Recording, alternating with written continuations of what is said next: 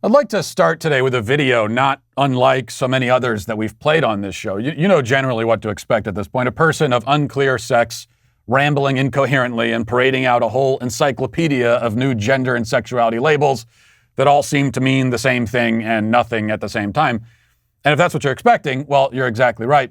This is the kind of thing I would normally say for the end of the show, but there is a larger point to be made here, I think. So first, I must subject you to the video, and here it is. Non-asexual aromantic and allosexual aromantic are not always interchangeable. Non-asexual aromantic includes identities such as my own. I'm not asexual, but I'm not allosexual either. My experiences are going to be very different from an allosexual aromantic person's. I think it's just important if you're an ally who's talking about aromantic issues, if you're talking about allosexual aromantic issues, make sure to say allosexual aromantic. There's nothing wrong with that term. Just saying non-asexual aromantic also includes other aromantic people who might not experience sexual attraction but still don't identify as asexual. Just something to keep in mind.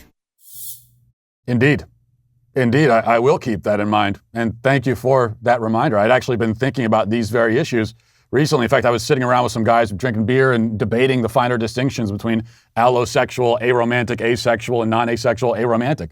We had actually draw a four-ringed Venn diagram just to keep it straight. But now we know, and that is very good.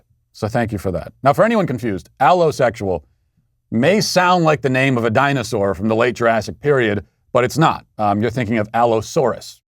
An allosexual person is not an extinct reptile, nor is he necessarily attracted to them, though he could be. No, an allosexual, according to WebMD, means anyone who experiences sexual attraction. Yes, any sort of attraction at all makes you an allosexual. So even if you didn't want to be an allosexual, it didn't feel the need for an additional label to add onto your sexual orientation, you have it anyway. There it is. Just take it and be grateful, you brat. As for the other labels just listed, an asexual person is somebody who allegedly experiences no attraction to anyone. However, an aromantic person is someone, again, I'm using WebMD here, a site that sometimes makes me think I'm dying, and at other times, like now, makes me wish I was. An aromantic person is someone who experiences no romantic attraction to others, but may still be sexually attracted.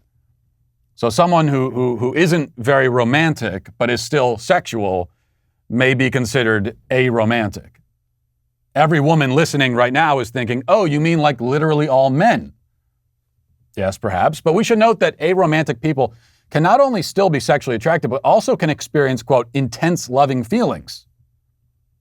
So a sexual person who experiences intense loving feelings towards another person, isn't that the same thing as being romantic? Perhaps again, but who cares? We're on a roll here. Let's keep going.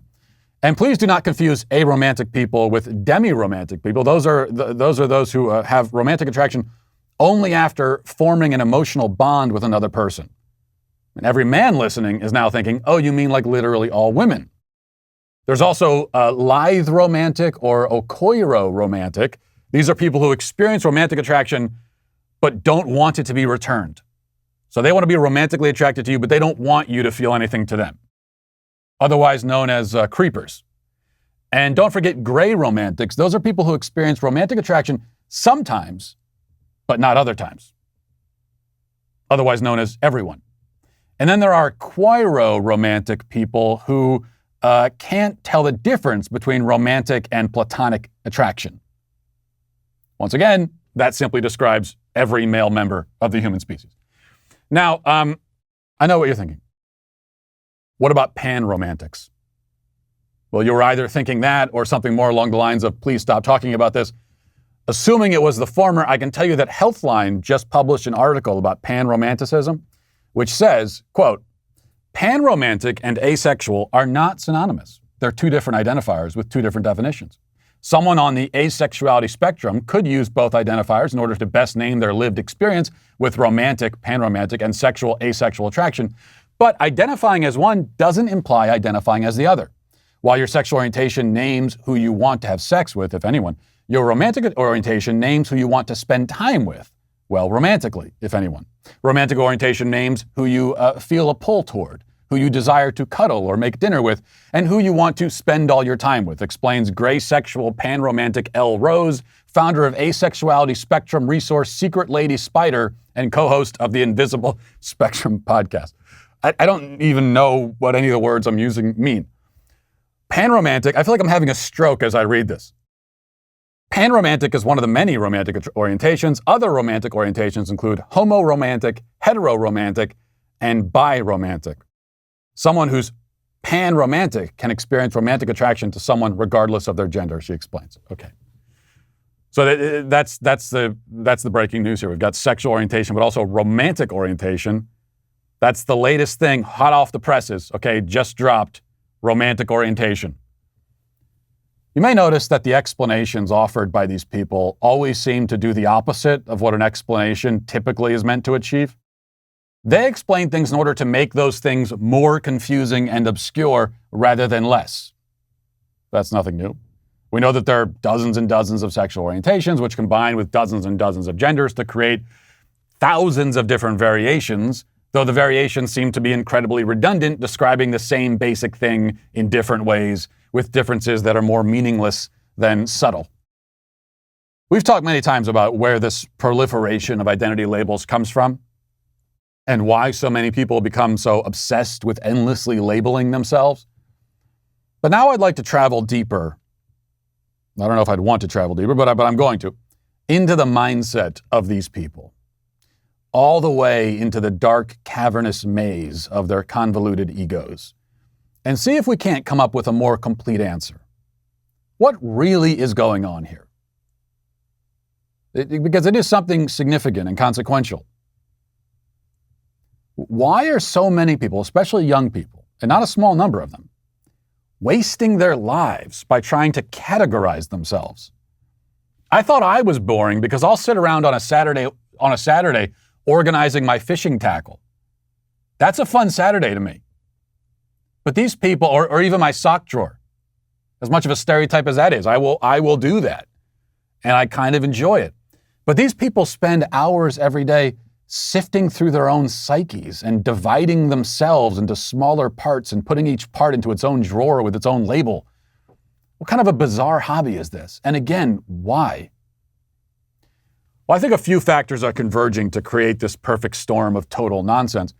Many people today, of all ages, but especially those who grew up in the internet era, have spent their entire lives, including all of their formative years, staring blankly into screens. Now, this not only exposes them to all of these new contrived identities, but more importantly, often prevents them from developing any functional skills or hobbies outside of cyberspace. These are people who don't know how to do anything and don't desire to do anything unless it can be done by moving their thumbs across a screen or a video game controller.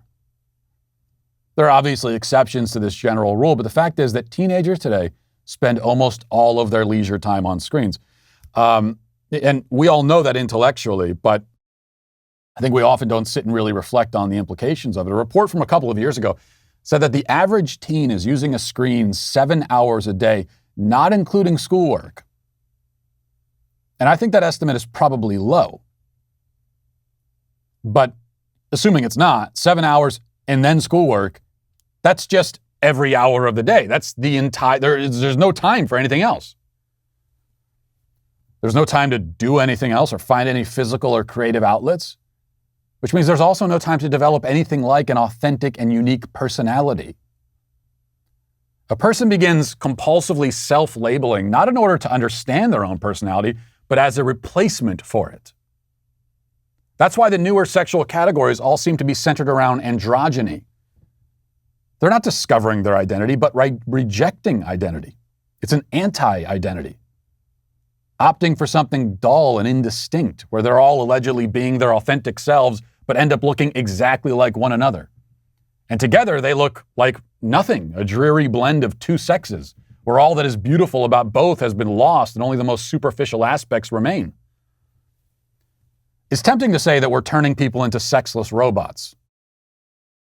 But that's not quite the case. See, a robot has no sense of itself, no self-awareness. And that's the case everywhere but in, sci-fi. In reality, robot has no self-awareness. But the other hallmark of the modern Western person is that he is fanatically self-aware. He is consumed by his awareness of himself. He is aware of almost nothing but himself, in fact. He has the exact opposite problem of the robot.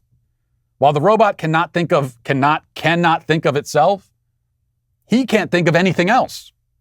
He is obsessed with figuring out what he feels and how he feels about what he feels and how his feelings about what he feels make him feel, and on and on and on, an endless spiral, a black hole. Now, I'm skipping some steps here, admittedly. The internet, the lack of identity, the narcissism, the self-obsession, these only lay the groundwork. We still need the cultural influences to come in and introduce these concepts, giving the empty people a framework that appeals to them in their emptiness. But they're only spreading fertilizer on ground that is somehow both sterile and yet fertile. So what happens in the end when a person has no personality and yet can do nothing but stare back into the void of himself, trying to discover an authenticity that he's long since destroyed? Well, this is what happens. Modern culture is what happens. Gender theory and pride flags with 1,000 contrasting colors are what happens. A person with no life and who has had no experiences telling us to respect his lived experiences. That's what happens. Along with suicide and drug abuse and society beset by meaninglessness and despair. Ultimately, civilizational collapse is what happens. The good news is that we get some funny TikTok videos out of it. So, try to look on the bright side. Well, I hope you enjoyed that clip from the Matt Walsh Show. If you did, go ahead and hit that subscribe button right down there so you can stay up to date on all of our future content.